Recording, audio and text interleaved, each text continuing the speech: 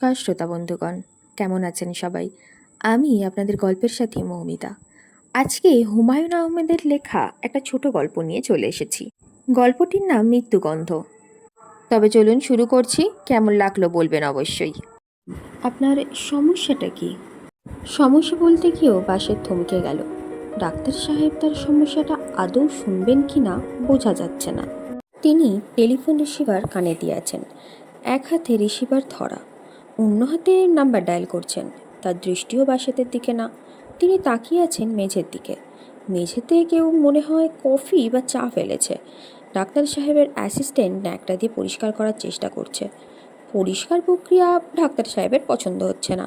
তিনি ধমক দিয়ে বললেন, তুমি দেখি সারা ঘর মাখাচ্ছ। কি বললাম, একটা ভিজে টাওয়াল নিয়ে এসো। ব্রেনটা একটু ব্যবহার করো। ব্যবহার না করতে করতে ব্রেনে তো জঙ্গার পড়ে যাবে।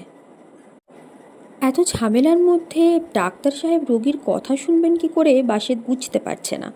বরং কিছুক্ষণ অপেক্ষা করাই ভালো। ডাক্তার সাহেবের টেলিফোন করা শেষ হোক, মেঝে পরিষ্কার হোক। খুব বেশি সময় অপেক্ষা করা যাবে বলেও মনে হয় না। বাইরে অনেক রোগী। কি হলো, চুপ করে আছেন কেন? What is your problem? বাসে তার প্রবলেমের কথা বলার জন্যে মাথা খানিকটা ঝুঁকিয়ে এনে আবার আগের অবস্থায় ফিরে গেল। কারণ ডাক্তার সাহেব টেলিফোনের কানেকশন পেয়ে গেছেন। খুবই আনন্দিত গলায় কথা বলছেন। মোবাইলের কানেকশন পাওয়া কী যে যন্ত্রণা! নাম্বার টিপতে টিপতে আমার তো আঙুলই ব্যথা হয়ে গেল। তার উপর একগাদা নাম্বার, মনে রাখা এক সমস্যা। ভাগ্যিস তোমারটা মুখস্থ করে ফেলেছি। আরে না না, আমার দেরি হবে না। রোগী বেশি নেই, 4-5 জনের বেশি হবে না। আধ ঘন্টার মধ্যে আমি পৌঁছে যাব। এর সঙ্গে এক্সট্রা 10 মিনিট অ্যাড করে রাখো রাস্তার জ্যামের জন্যে, ঠিক আছে? এখন আর রাগ নেই তো? হা হা হা। ও, এখনও রাগ? ঘড়িতে সময় দেখে রাখো। 1 ঘন্টা পর আর কোনো রাগ থাকবে না। রাগের সামনে অনু যুক্ত হয়ে অনুরাগ হয়ে যাবে। বাসে তাকিয়ে দেওয়ালের দিকে, তবে কথাবার্তা কিছুই মিস করছে না। ডাক্তার সাহেবকে মোটামুটি রসিক মানুষ বলেই মনে হচ্ছে। ডাক্তার সাহেবের সঙ্গে যে কথা বলছে সে কি কোনো মহিলা? একজন পুরুষ যখন অন্য পুরুষের সঙ্গে কথা বলে তখন তার গলার স্বর একরকম থাকে, আবার সে যখন কোনো মহিলার সঙ্গে কথা বলে তখন গলার স্বর সামান্য হলেও তরল হয়। এটা প্রাকৃতিক নিয়ম। এখন বলুন তো, সমস্যাটা কি? ডাক্তার সাহেব টেলিফোন নামিয়ে বাসেতের দিকে তাকালেন। এই ফাঁকে চট করে ঘড়ি দেখে নিলেন। তারপর তাকালেন মেঝের দিকে। ঘরের মেঝে পরিষ্কার হয়েছে, তবে ডাক্তার সাহেবের মনে হয় পছন্দ হয়নি। কারণ ডাক্তার সাহেবের ভুরু কুঁচকে গেল। তিনি তার অ্যাসিস্ট্যান্টকে আবার ধমক দিলেন, তোমাকে কি বললাম, ভিজে টাওয়ালটা দিয়ে মোছো। খবরের কাগজ দিয়ে কি ঘষাঘষি করছো? ছোট্ট ইডিওটিক কাজকর্ম। দেখতে যেমন ছাগলের মতো, কাজকর্ম ছাগলের মতো। ডাক্তার সাহেবের অ্যাসিস্ট্যান্টকে বাসেতের কাছে সুপুরুষ বলেই মনে হচ্ছে। ছাগলের সঙ্গে তো তার কোনো রকম মিল নেই। বাসেতের মনে হলো এই ডাক্তার সাহেবের কাছে আসা ঠিক হয়নি। বাসেতের যে সমস্যা হয়েছে তার জন্যে সময় দরকার। মনে হচ্ছে ডাক্তার সাহেবের সে সময় নেই। তাছাড়া তিনি বিরক্তও হয়ে যাচ্ছেন, রাগারাগি করছেন। বাসেত আবার ধমক খাবে না তো? না, বোধ হয়। রোগী হচ্ছে ডাক্তারের লক্ষ্মী, লক্ষ্মীকে কেউ ধমক দেয় না। আপনার নাম? স্যার, আমার নাম বাসেত, আব্দুল বাসেত। তা আপনার সমস্যাটা কি? আহ, গন্ধ বিষয়ক একটা সমস্যা স্যার, স্মেল সেন্স নিয়ে। বাসেত অবাক হয়ে লক্ষ্য করল ডাক্তার সাহেব তাকে কথা শেষ করতে না দিয়েই যন্ত্রপাতি নিয়ে তার কাছে এগিয়ে এলেন। হাঁ করতে বললেন। বাসেত হাঁ করল। তিনি টনসিল দেখলেন, টর্চ লাইট হাতে নিয়ে বাসেতের কানের ফুটো দেখলেন, টাং ডিপ্রেশন নিয়ে জিভ চাপাচাপি করলেন। সমস্যাটা তো বাসিতে নাকে, কিন্তু দেখা হচ্ছে গলা, কান। ও আচ্ছা আচ্ছা, এবার নাকও দেখা হলো। নাক, কান, গলার ডাক্তার যখন, তিনি তিনটেই দেখবেন। সমস্যা না জেনেই পরীক্ষা নিরীক্ষা চলছে, এটাও একটা আশ্চর্য ব্যাপার। মনে হয় রুটিন পরীক্ষা। পরীক্ষা শেষ হওয়ার পর সমস্যা জানতে চাইবেন, কিংবা কে জানে সমস্যা হয়তো জানতেও চাইবেন না। খসখস করে কাগজে প্রেসক্রিপশানে লিখবেন কোনো একটা নোজ ড্রপ আর 3-4 রকমের ভিটামিন। মামলা ডিসমিস, আসামি খালাস। ভিজিট বাবদ 400 টাকা চলে গেল ডাক্তার সাহেবের অ্যাকাউন্টে। ভিটামিন বিক্রি করে 2 পয়সা আয় হলো ভিটামিন কোম্পানির। গন্ধ বিষয়ক সমস্যার কথা বলছিলেন। গন্ধ বিষয়ক কী সমস্যা? গন্ধ পান না? অ্যানোরেক্সিয়া? স্যার, গন্ধ পাই, যতটা পাওয়ার কথা তার চেয়ে বেশি পাই, এটাই সমস্যা। পরিষ্কার করে বলুন তো, গন্ধ যতটা পাওয়ার কথা তার চেয়ে বেশি পাচ্ছেন বলতে বুঝতে পারছি না। সেন্ট অথবা আফটার শেভ লোশনের গন্ধে মাথা ধরে যায়? ছি না স্যার, আমি এমন গন্ধ পাই যা অন্য কেউ পায় না। উদাহরণ দিন। বাসেদ কয়েক মুহূর্ত ইতস্তত করে বলল, স্যার, আমি মৃত্যুর গন্ধ পাই। বাসেদ মোটামুটি নিশ্চিত ছিল তার কথা শোনার পর ডাক্তার সাহেব খুবই অবাক হবেন। অবাক হওয়াটাই যুক্তিযুক্ত। ডাক্তার সাহেবের দীর্ঘ ডাক্তারি জীবনে নিশ্চয়ই কোনো রোগী এসে বলেনি সে মৃত্যুর গন্ধ পায়, কিন্তু ডাক্তার সাহেবের আচরণ তো স্বাভাবিক। তিনি টাওয়াল দিয়ে হাত মুছতে মুছতে সহজ গলায় বললেন, মৃত্যুর গন্ধ পান? জি, মৃত্যুর আগে মানুষের গা থেকে একটা অদ্ভুত ধরনের গন্ধ বের হয়। সেই গন্ধটা কেউ পায় না, আমি পাই। ডাক্তার সাহেব হাই তুলতে তুলতে বললেন, মৃত্যু তো কোনো চা বা কফি নয় যে তার আলাদা গন্ধ আছে। স্যার, আমি জানি মৃত্যু চা না কফিও না, কিন্তু মৃত্যুর গন্ধ আমি পাই। ডাক্তার সাহেবের চোখ সরু হয়ে গেল, ভুরু কুঁচকে গেল। তিনি হয়তো বাসেদকে কঠিন ধমক দিতেন, তা দিতে পারলেন না, কারণ তার কাছে টেলিফোন এসেছে। মনে হয় ডাক্তার সাহেবের বাসা থেকে তার মেয়ে টেলিফোন করেছে। মাগো, রাত 10টার আগে মনে তো হচ্ছে ফিরতে পারবো না। তুমি যদি কষ্ট করে 10টা পর্যন্ত জেগে থাকো তাহলে আমি চলে আসবো। তখন দুজনে মিলে লেজার ডিস্কে ছিপ দেখতে যাব। তবে মা, ফর গড সেক, ভূত প্রেতের ছবি না।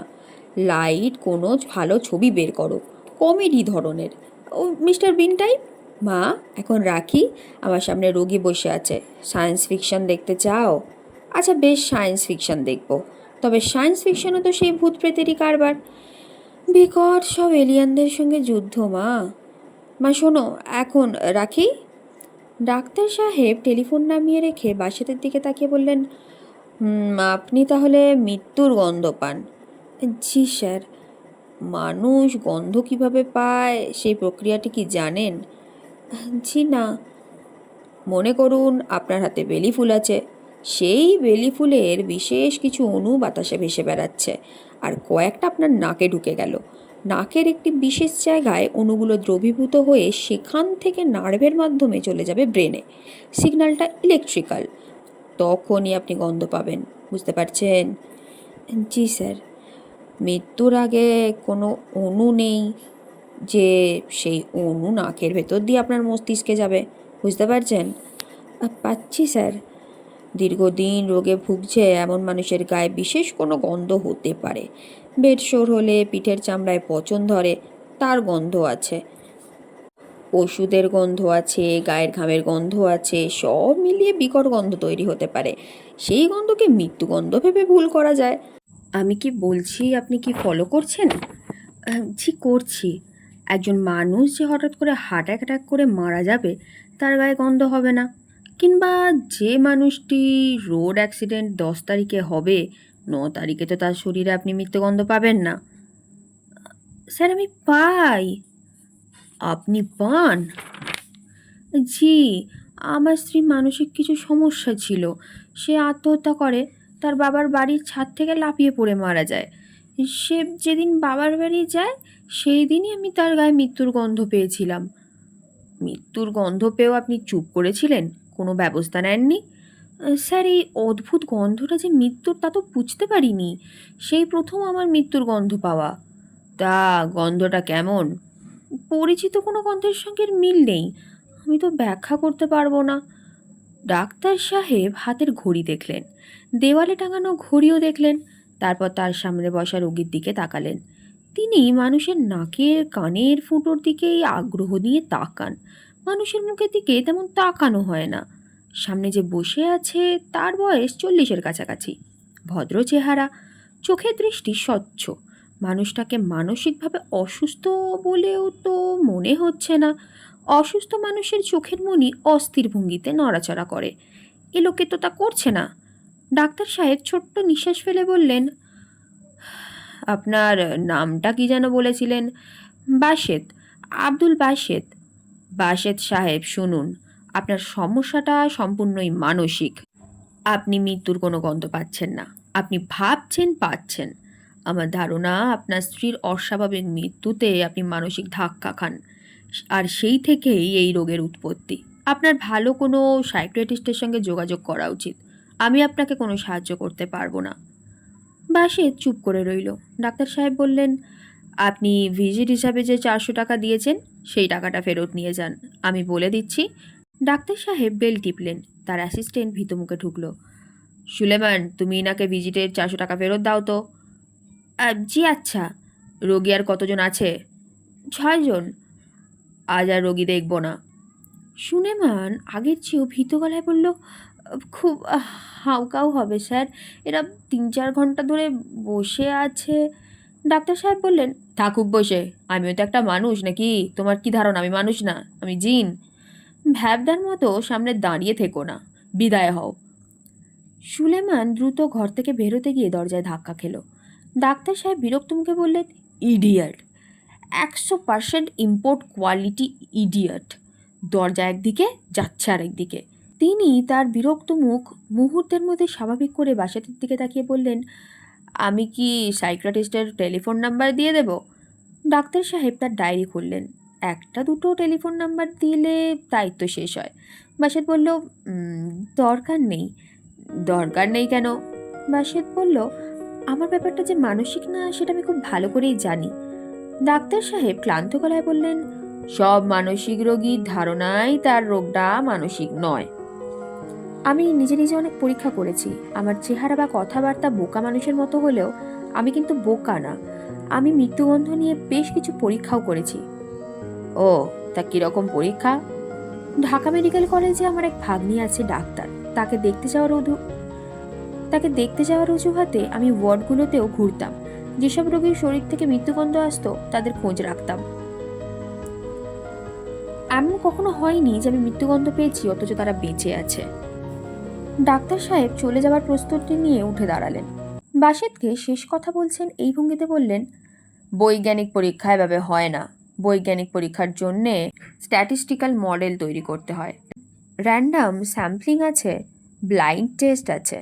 হাসপাতালের ওয়ার্ডে ঘোরাঘুরি করে কোনো বৈজ্ঞানিক পরীক্ষা হয় না। বাসেত ছোট্ট নিঃশ্বাস ফেলে বললেন, বৈজ্ঞানিক পরীক্ষার এই ব্যাপারগুলো আমি জানি, স্ট্যাটিস্টিক্যাল মডেলের ব্যাপারে আমার অজানা না। আপনি কি করেন জানতে পারি? হ্যাঁ পারেন, আমি শিক্ষকতা করি। আমার বিষয় পদার্থবিদ্যা। আমি একটি প্রাইভেট কলেজে পড়াই। ডাক্তার সাহেব ঘড়ি দেখলেন। আগে যেভাবে দেখেছেন, প্রথমে নিজের রিস্ট ওয়াচ, তারপর দেয়াল ঘড়ি। সময় রাখার পর কপালের পুরো সামান্য কুচকানো। ডাক্তার সাহেব হাতে ব্যাগ নিলেন। তারপর সেই ব্যাগ থপ করে নামিয়ে রেখে চেয়ারে বসতে বসতে বললেন, আপনার নাম বাসেত, আব্দুল বাসেত? জি। আপনার যে ক্ষমতার কথা বলছেন সেই ক্ষমতা যদি সত্যি থেকে থাকে তাহলে ব্যাপারটা বেশ রহস্যময়। আমি প্রধানমন্ত্রী হলে মশাই আপনাকে আপনার ক্ষমতার জন্যে একটা পার্মানেন্ট চাকরি দিতাম। কি চাকরি? গন্ধ শুকার চাকরি। রোজ সকালবেলা আপনি আমার গন্ধ শুকে বলে দিতেন আমার শরীরে মৃত্যুগন্ধ আছে কিনা। দেশের প্রধানরাই তো অপঘাতে মৃত্যুর আশঙ্কা সবচেয়ে বেশি করেন। বাসেত কিছু বলল না। ডাক্তার সাহেব বললেন, রসিকতা করলাম বলে কিছু মনে করবেন না। আপনার সঙ্গে রসিকতা করা যায় তো নাকি? নাকি রসিকতার মধ্যে আপনি মৃত্যুগন্ধ পান? হা হা হা। সরি সরি, আপনি রাগ করছেন না তো? জি না। ডাক্তার সাহেব বাসেতের দিকে সামান্য ঝুঁকে এসে বললেন, আমার গাটা শুকে দেখুন তো, আমার গা থেকে মৃত্যুগন্ধ বের হচ্ছে নাকি? বাসেত বলল, জি না, বের হচ্ছে না। এই প্রশ্নটাও নিশান্তই রসিকতা করেই করলাম। ব্যাপারটা কীরকম আপনাকে বলি। ধরুন একজনকে পাওয়া গেল যে খুব ভালো হাত দেখতে পারে। হাত দেখায় আপনার যদি সামান্যতম বিশ্বাসও না থেকে থাকে তাহলে আপনিও কিন্তু তার দিকে হাত বাড়িয়ে দেবেন, বলবেন, ভাই একটু হাতটা দেখে দিন। আমার হচ্ছে সেই অবস্থা। স্যার, আপনার দেরি হয়ে যাচ্ছে, কেউ বোধহয় আপনার জন্য অপেক্ষা করছে। টেলিফোনে আপনি কথা বলছিলেন, তার থেকে অনুমান করে বললাম। ঠিকই বলেছেন, ঠিকই বলেছেন, আসলেই দেরি হয়ে গেছে। তবে আপনার সঙ্গে কথা বলে মজা পেয়েছি। দিনের পর দিন রুগী দেখি, কেউ কানে শোনে না, কেউ নাকে গন্ধ পায় না। এই প্রথম একজনকে পেলাম যে মৃত্যু গন্ধ পায়। তা ভাই শুনুন, আপনি কি কাল আসতে পারবেন? যদি বলেন আসবো। আসতে বলছি জাস্ট গল্প করার জন্যে। কফি খেতে খেতে মিনিট 10 গল্প করলাম। কোনো অসুবিধা আছে? জি না, অসুবিধা নেই। ভেরি গুড, তাহলে কাল চলে আসুন, চম্পেশ আড্ডা দেবো। আজই আড্ডা দিতাম, আপনার সঙ্গে গল্প করতে ভালোই লাগছে। কেন ভালো লাগছে এটা তো বুঝতে পারছি না। আমি আবার আড্ডা টাইপ না, সিরিয়াস টাইপ। আজ ইচ্ছা থাকলেও গল্প করতে পারছি না। একটা পার্টিতে যেতে হবে, সেখান থেকে বাসায় ফিরতে হবে।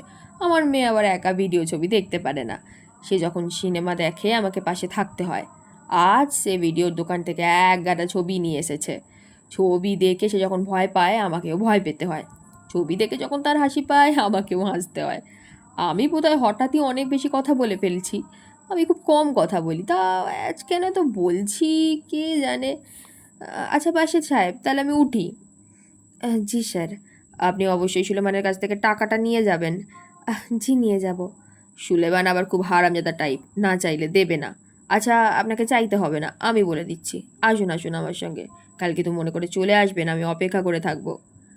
ডাক্তার সাহেব আবার ঘড়ি দেখলেন। ঘড়ি দেখার সেই পুরনো কায়দা। প্রথমে রিস্টওয়াচ দেখা, তারপর ভুরু কুচকে দেয়াল ঘড়ির দিকে তাকানো। বাশেদ সাহেব। জি হ্যাঁ। দেরি যখন হয়েই গেছে, 5 মিনিটে তেমন ক্ষতি হবে না। কফি এক কাপ খাওয়া যাক, কি বলেন? কফি বানাতে বলি? জি বলুন। নাকি চা খাবেন? যারা টি ড্রিঙ্কার তারা আবার কফি পছন্দ করে না। কফি কি আপনার পছন্দের ড্রিঙ্ক? জি পছন্দের। তা কোন গন্ধটা আপনার বেশি ভালো লাগে, কফির না চায়ের?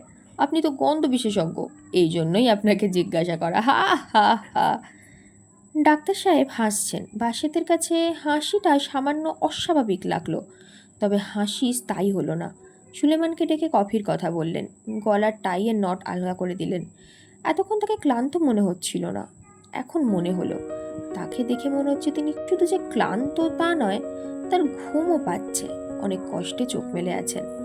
বাসের সাহেব, আপনি কি শুধু মানুষের গা থেকে গন্ধ পান, নাকি পশু পাখির গা থেকেও পান? মুরগির গা থেকে গন্ধ পান? জি না, আমি অবশ্য পশু পাখির গন্ধ নিয়ে চিন্তাও করিনি। নেক্সট টাইম করবেন। ছোটখাটো একটা বৈজ্ঞানিক পরীক্ষাও করতে পারেন। বাজার থেকে একটা লাল মোরগ কিনবেন, তারপর একটা সাদা মোরগ কিনবেন। তারপর মনে মনে ঠিক করবেন দুপুরে খাবার জন্যে সাদা মোরগটা জয় করা হবে। সেই সাদা মোরগের গা থেকে মৃত্যুগন্ধ বেরোতে থাকবে। অমনি ঠিক করবেন, না, সাদা মোরগ না, লাল মোরগ জয় করা হবে। তখন দেখবেন মৃত্যুগন্ধ সাদা মোরগের গা থেকে সিট করে লাল মোরগে যায় কিনা। কি বলছি বুঝতে পারছেন তো? পাচ্ছি। আপনার কাছে কি বৈজ্ঞানিক পরীক্ষার এই কনসেপ্টটা ফানি লাগছে? না না, লাগছে না। আমার কাছেও লাগছে না। আমার কাছে মনে হচ্ছে এটা একটা ইন্টারেস্টিং এক্সপেরিমেন্ট হবে। তবে ভাই আপনি যদি কিছু মনে করবেন না, মৃত্যুগন্ধ বিষয়ক ব্যাপারটা আমার কাছে খুবই হাস্যকর মনে হচ্ছে। আমি কিছু মনে করছি না। তবে হাস্যকর লাগুক বা নাই লাগুক, আপনার সঙ্গে কথা বলে মশাই আরাম পেয়েছি। আগামীকাল অবশ্যই রাত 9টার পর চলে আসবেন। রোগী যা দেখা 9টার মধ্যে দেখে ফেলবো, ঠিক আছে? বাসেদ কিছু বলল না। তার মন অসম্ভব খারাপ হয়েছে, কারণ কাল এই লোকটির সঙ্গে দেখা হবে না। লোকটির গা থেকে তীব্র মৃত্যুগন্ধ বের হচ্ছে। লোকটিকে এই কথা বলাও যাবে না, বলে কি হবে? ডাক্তার সাহেব বললেন, বাসেদ সাহেব সিগারেট খাবেন? বাসেদ বলল, জি খাবো স্যার। আমি চেন স্মোকার, শুধু যখন রোগী দেখি তখন সিগারেট খাই না। রোগীদের সামনে সিগারেট খাওয়াটা ঠিক নয়। উপদেশ দেব সিগারেট না খেতে, অথচ নিজেই খাবো, তা তো হয় না। বাসের সিগারেট ধরাতে ধরাতে বলল, স্যার একটা কথা বলি, আজ পার্টিতে না গেলে কেমন হয়? ডাক্তার সাহেব তীক্ষ্ণ দৃষ্টিতে তাকালেন। তার ভুরু কুঁচকে গেল। বাসেদ নিচু গলায় বলল, আজ বরং আপনার মেয়ের সঙ্গে সিনেমা দেখুন, বেচারি অপেক্ষা করে আছে। ডাক্তার সাহেব তার দিকে তাকিয়ে আছেন, বাসে তো তাকিয়ে আছে। কেউ কারোর চোখ থেকে দৃষ্টি ফিরিয়ে নিচ্ছে না। কেমন লাগলো আমার এই আজকের গল্প? যদি ভালো লাগে অবশ্যই লাইক শেয়ার সাবস্ক্রাইব করবেন। ধন্যবাদ।